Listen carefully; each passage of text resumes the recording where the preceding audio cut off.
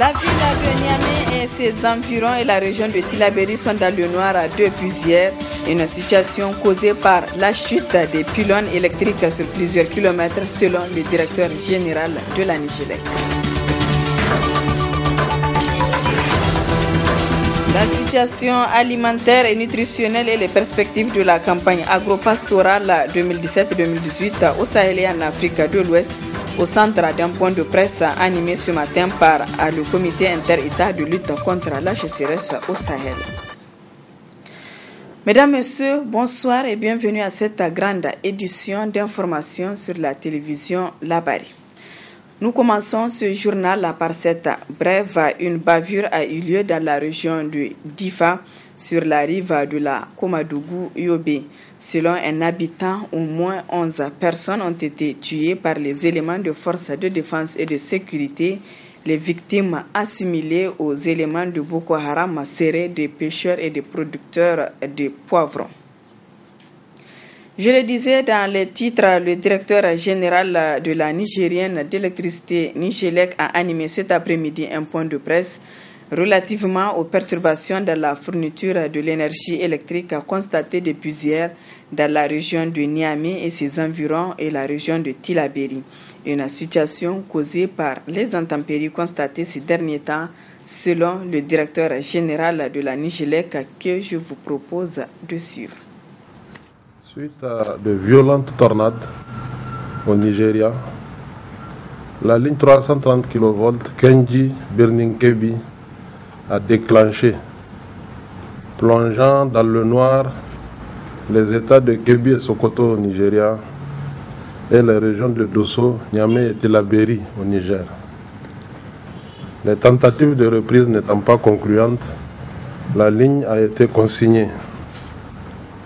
2 équipes de la Transmission Company of Nigeria, TCN, ont entrepris l'inspection de la ligne longue de 310 km en partant de Birnin-Kebbi et de Kanji pour converger.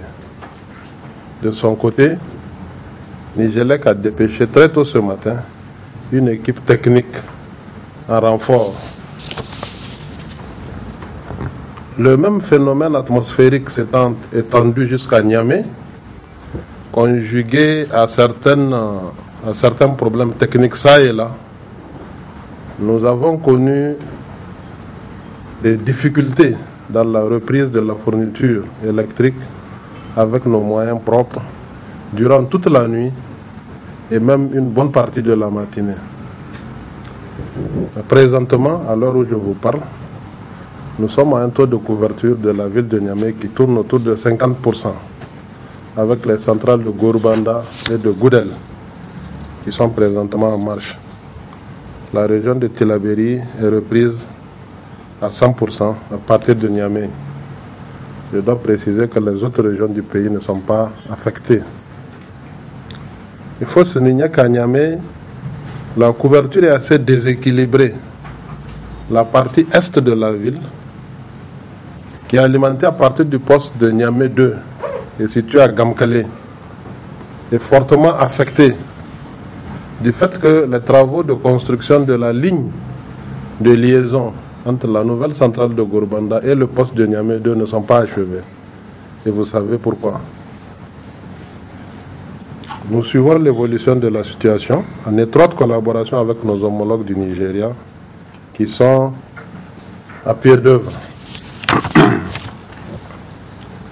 La dernière situation faite indique que les équipes sur le terrain ont relevé beaucoup d'isolateurs cassés au niveau de certains pylônes, avec des taux de casse d'isolateurs qui dépassent 70%.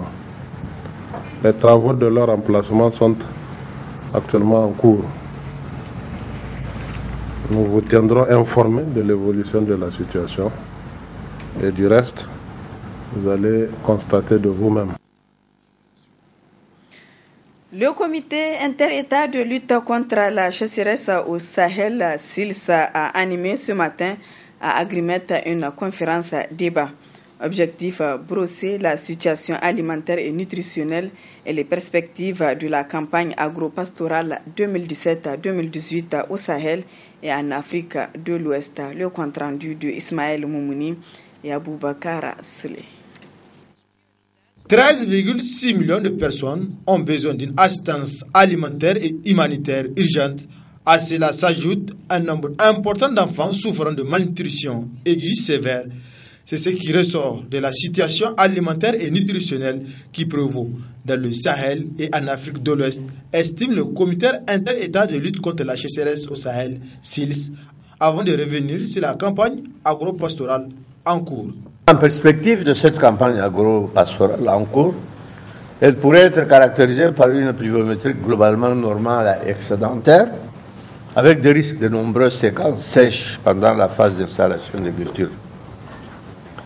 La phase d'installation, c'est un cycle extrêmement important. C'est là où la croissance et le développement des plants doit être alimenté régulièrement en humidité et en soleil pour permettre l'ancrage. Donc, par ailleurs, les niveaux d'eau équivalents à supérieurs à la moyenne sont aussi également attendus dans la majeure partie des bassins fluviaux de la région, notamment dans les vallées du fleuve Sénégal et du fleuve Niger, où des inondations risquent d'être observées.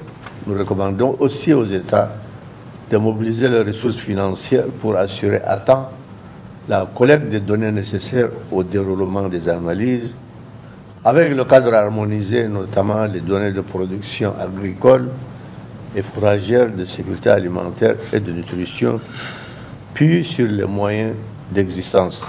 Les journalistes présents à cette conférence ont tour à tour posé des questions qui ont reçu des réponses de la part des cadres du SILS. Par rapport à la moyenne des 5 dernières années, elle est bonne, elle peut aussi être excédentaire et par moment elle peut causer des dégâts. On a déjà rapporté qu'effectivement au Niger, il y a eu 14 morts et au Mali, il y a 11 morts. Alors, qu'est-ce qui se passe? C'est-à-dire qu'il y a abondance d'eau, n'est-ce pas? Ça tombe à gogo, nous n'avons pas pris les dispositions pour voir si ça tombe à gogo, qu'est-ce qu'on doit faire? C'est-à-dire que c'est une question de prise de disposition. Étant donné que c'est déréglé, on peut être surpris, n'est-ce pas? On vous dit en moyenne, c'est des probabilités, c'est un jeu de probabilités qui vous dit plus ou moins compte tenu de tel facteur, telle variable.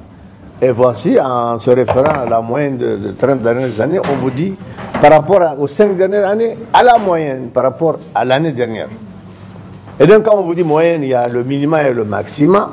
Et dans ça, beaucoup de choses, dans cette fourchette-là, beaucoup de choses peuvent avoir lieu.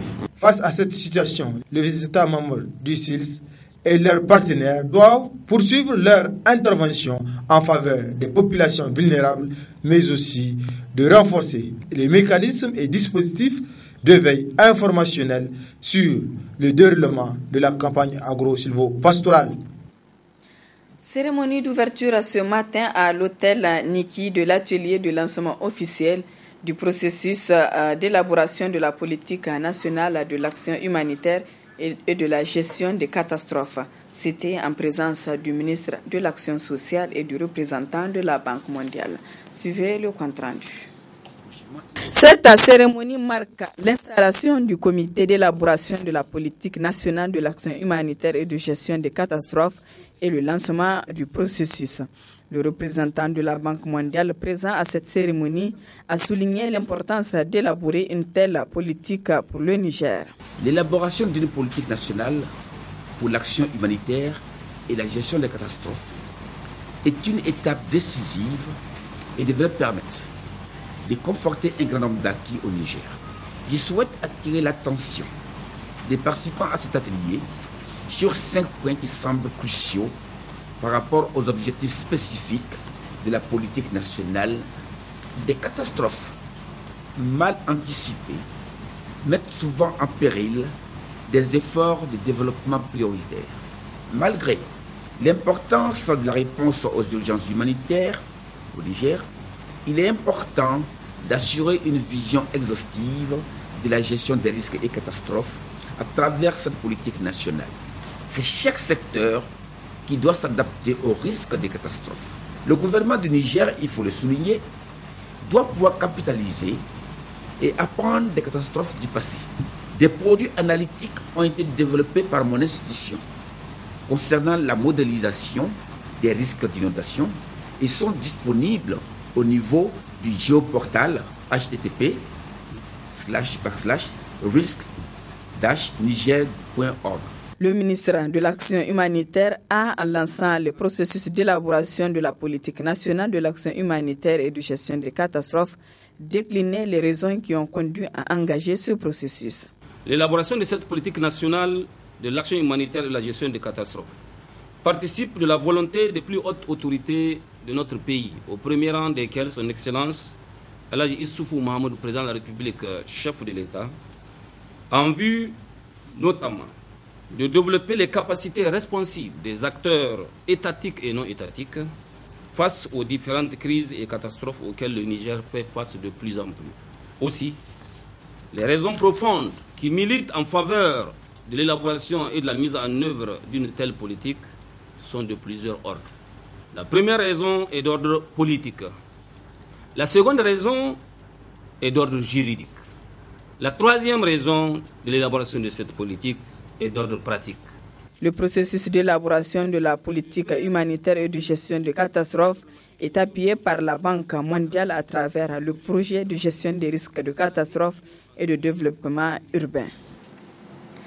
Signature de la lettre d'entente entre le ministère de la Santé publique et la Banque mondiale, c'était ce matin dans la salle de réunion du ministère de la Santé publique. Le compte-rendu de Abdul Razak Hamidou et Sadou Demi. C'est monsieur le directeur de cabinet du ministre de la Santé publique qui a présidé cette signature de la lettre d'entente avec la Banque mondiale, en présence des cadres centraux du dit ministère, d'un parterre de partenaires financiers et techniques du secteur de la santé et du représentant de la Banque mondiale, premier à prendre la parole. Le projet Appui à la population et à la santé, approuvé le 22 mai 2015 et mis en vigueur le 20 octobre de la même année, apporte un appui au plan de développement sanitaire du Niger pour aider à couvrir les besoins en santé maternelle et infantile, dont la santé de la reproduction, la nutrition et plus particulièrement la santé des adolescentes. Toutes choses qui par ailleurs contribuent aux questions démographiques, donc à l'atteinte du dividende démographique qui est aussi un point majeur de notre intervention ici au Niger. Avec un montant total de 103 millions de dollars US, dont 96 millions de dollars US en dons et 9 millions en crédit, le projet Appui à la population et à la santé a pour objectif d'accroître l'utilisation des services de santé reproductive et de nutrition dans les régions qui présentent les faibles résultats en santé et en démographie. C'est le retour d'un partenaire que nous célébrons aujourd'hui. En effet, en 2006 et en application de la déclaration de Paris pour le renforcement de l'efficacité de l'aide au développement, le ministère de la Santé publique a mis en place un fonds commun extra-budgétaire auquel la Banque mondiale a été parmi les premiers adhérents. Cette signature marque donc la réintégration de la Banque mondiale au fonds commun à travers deux projets. Le projet d'appui à la population et à la santé d'un montant de 103 millions de dollars, dont l'objectif est d'accroître l'utilisation des services de la santé, de la reproduction et de la nutrition dans les régions de Tillabéri, Dosso, Maradi, Zender et Tawa. Le projet paludisme saisonnier et maladies tropicales négligées d'un montant de 37 millions de dollars US qui vise à augmenter l'accès et l'utilisation des services de niveau communautaire pour la prévention et le traitement du paludisme et les maladies tropicales négligées dans les districts des zones transfrontalières du Niger, Burkina et Mali. Monsieur le représentant, ceci est le signe manifeste de l'excellence du partenariat entre notre pays et votre institution, ainsi que de votre détermination à accompagner notre pays dans la quête du bien-être de nos vaillantes populations. Une des préoccupations majeures des plus hautes autorités du Niger, au premier rang desquelles son Excellence M. Issoufou Mahamadou, président de la République, chef de l'État. Cette signature marque donc la réintégration de la Banque mondiale au fonds commun à travers deux projets, le projet d'appui à la population et à la santé et le projet paludisme saisonnier et maladies tropicales négligées. Dans un communiqué de presse, Reporters sans frontières RSF a réagi pour condamner l'incarcération du fondateur du journal Le Courrier, Ali Soumana. Il est poursuivi pour soustraction d'une pièce d'un dossier. Le résumé de ce communiqué avec Nasser Dantoufou. Reporters sans frontières dénonce fermement les nouvelles poursuites judiciaires contre le journaliste nigérien Ali Soumana, accusé d'avoir publié dans son journal des documents volés. Le journaliste, connu pour ses critiques contre le gouvernement de Niamey, risque 5 ans de prison. Lundi 3 juillet 2017, Ali Soumana a été incarcéré pour avoir publié dans l'hebdomadaire Le Courrier, dont il est le fondateur, le réquisitoire du procureur de la République dans une affaire opposant depuis 2012 le Niger et la société libanaise Africara. D'abord poursuivi pour violation du secret d'instruction, les chefs d'accusation à son encontre ont été requalifiés après une garde à vue de 4 jours et la perquisition de son domicile et des bureaux du journal. Ali Soumana est désormais accusé de soustraction frauduleuse d'une pièce d'un dossier judiciaire, un délit passible d'1 an à 5 ans d'emprisonnement selon l'article 194 du Code pénal. Une incarcération en violation de la loi sur la presse. Le Niger s'est doté en 2010 d'une ordonnance sur la liberté de la presse qui interdit toute peine d'emprisonnement pour des faits commis par voie de presse et qui ne prévoit que des amendes pécuniaires pour ces délits. Bien qu'Ali Soumana ait agi dans le cadre de son activité de journaliste, les chefs d'accusation retenus contre lui permettent de contourner cette loi sur la presse et de poursuivre en fonction du code pénal dont les peines sont bien plus sévères. RSF dénonce une violation criante de la loi de la presse. En poursuivant Ali Soumana de la sorte, les autorités nigériennes veulent de toute évidence faire pression contre le journaliste et avoir accès à ses sources, alors que l'article 16 de l'ordonnance de 2010 garantit le secret des sources. Nous demandons aux autorités d'annuler les charges retenues contre le fondateur du Courrier et de cesser l'acharnement contre les journalistes au Niger qui ne font que leur travail d'information. Bien connu de RSF, Ali Soumana avait déjà été poursuivi l'année dernière. Il avait été écroué 10 jours puis condamné à 3 mois de prison avec sursis pour divulgation de documents saisis lors des perquisitions et jets de discrédit sur une décision de justice. Le Niger a perdu 9 places depuis 2016 au classement de la liberté de la presse établi par Reporters sans frontières en 2017. Le pays occupe désormais la 61e place. Et puis cette brève, le procès de 2 activistes, Bana Ibrahim et Gamache Mahamadou, a eu lieu ce jeudi au tribunal de grande instance de Niamey. Ils sont poursuivis pour jet de discrédit sur les magistrats à travers Facebook. Le procureur a requis 6 mois d'emprisonnement ferme et 500 000 francs CFA d'amende. Le délibéré est prévu pour le 13 juin prochain.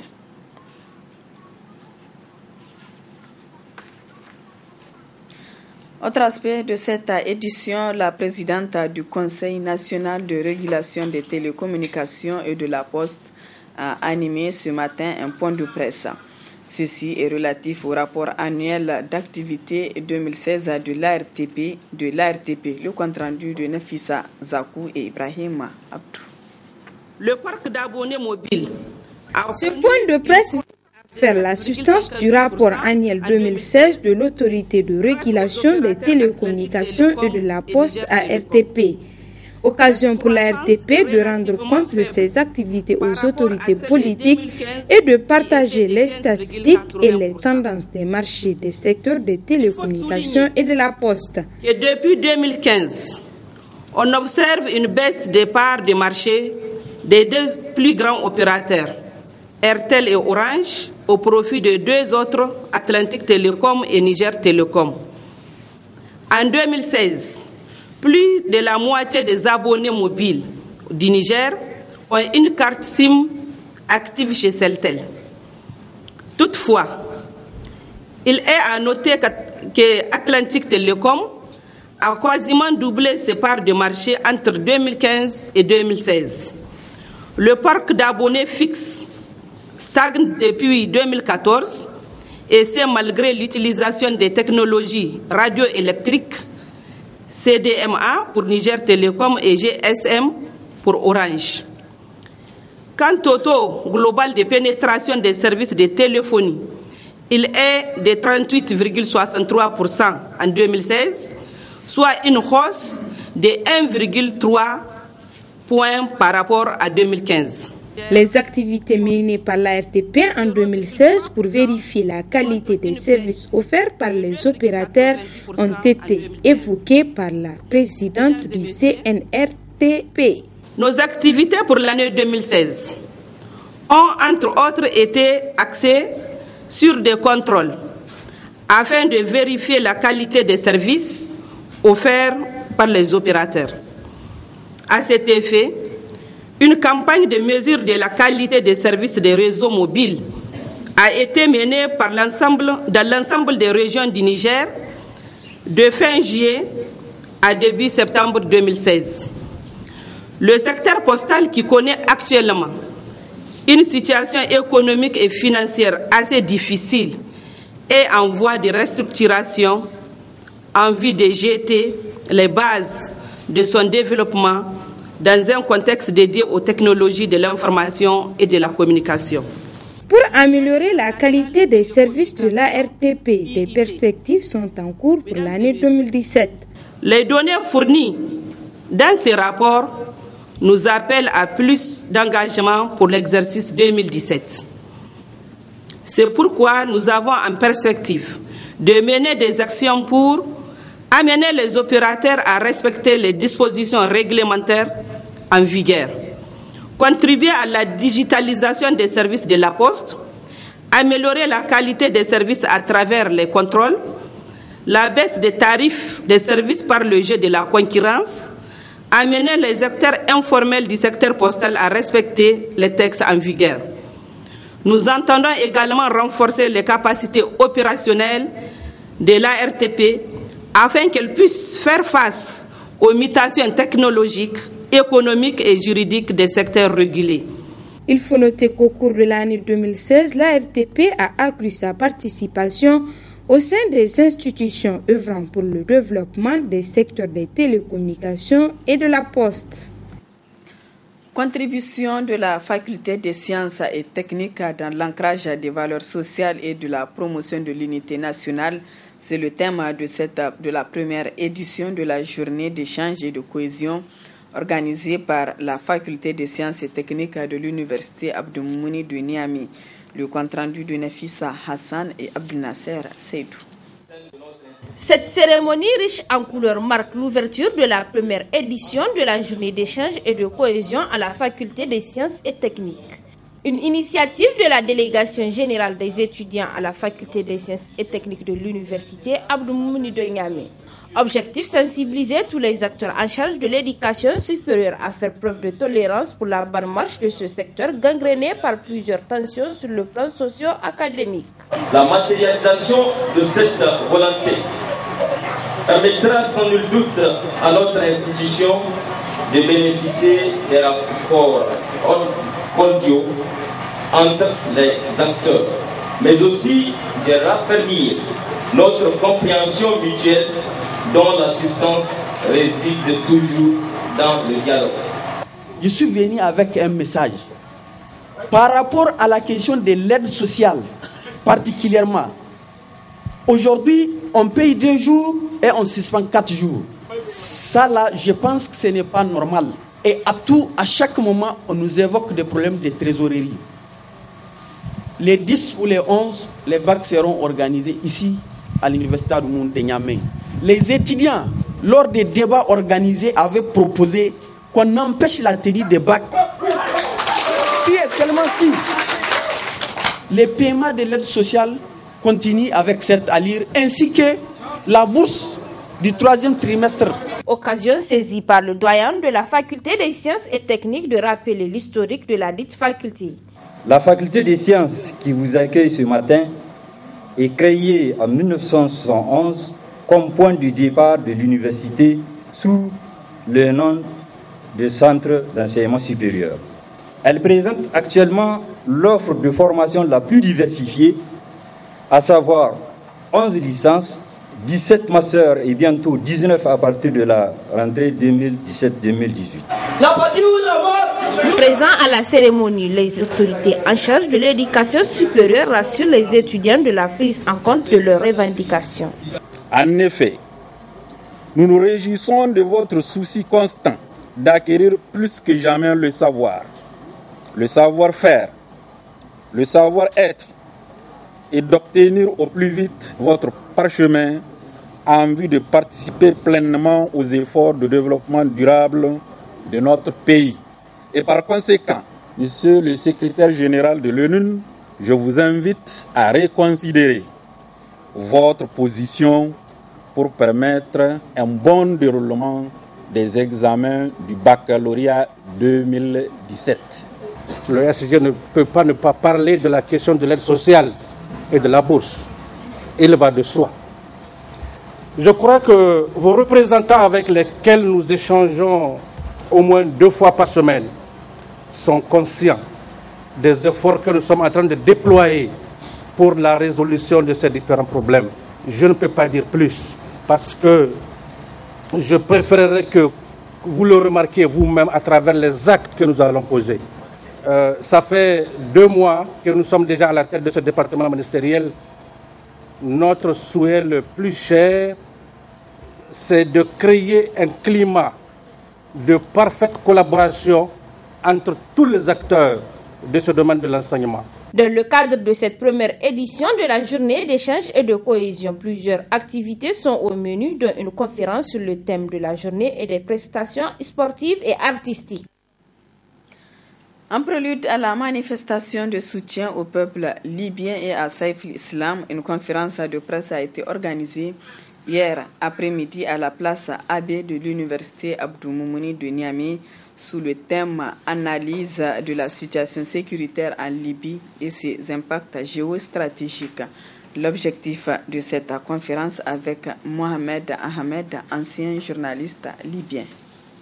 Nous organisons cette conférence en prélude à la déclaration de soutien au peuple libyen et à Saif al-Islam Kadhafi que nous organiserons, Inch'Allah, le samedi 8 juillet à la MJC Djadou Sekou à 9h du matin.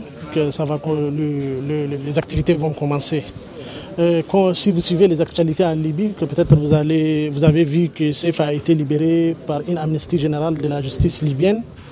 Mais il y a ces pays qui brandissent ces harcèlements, ces menaces toujours, et que nous sommes là pour dire non, nous en tant qu'Africains, nous soutenons la Libye pour retourner à la stabilité. C'est pour cela que nous sommes là pour soutenir Saif qui incarne cette stabilité. Et nous demandons à tous les Niaméens et tous les Nigériens épris de paix et de justice de venir participer à cette déclaration pour montrer vraiment le soutien du Niger et des Nigériennes à cet effort qui est en train d'être fait en Libye, parce que nous pensons que la sécurité en Libye est la sécurité pour le Niger aussi, parce que tout ce que vous voyez aujourd'hui comme insécurité, comme crise économique, c'est parce que ça ne va pas en Libye. Avant, on ne connaissait pas ça, mais depuis 2011-2012, on a vu que ça ne fait que chuter, les choses ne font que s'aggraver. Et la situation au Mali dit plus que ça, la situation de Boko Haram dit plus que ça. Et c'est pour cela que nous sommes là pour dire non. La CPI doit être pour la stabilité, elle ne doit pas être là, et elle ne doit pas être seulement pour les Africains. Il y a beaucoup de criminels qui courent toujours, mais on ne les cherche pas. Les vrais criminels de la guerre en Libye, on les connaît, mais personne ne les cherche, personne ne veut les traduire en justice. Et c'est pour cela que nous sommes, en tant qu'Africains, en tant que panafricanistes, et nationalistes et progressistes, nous organisons cette manifestation pour déclarer notre soutien au peuple libyen, à la Libye et à la personne de Saif al-Islam qui incarne cet espoir. Voilà, mesdames, messieurs, ici prend fin ce journal. Merci à vous de l'avoir suivi et excellente soirée en compagnie du programme de la télévision Labari.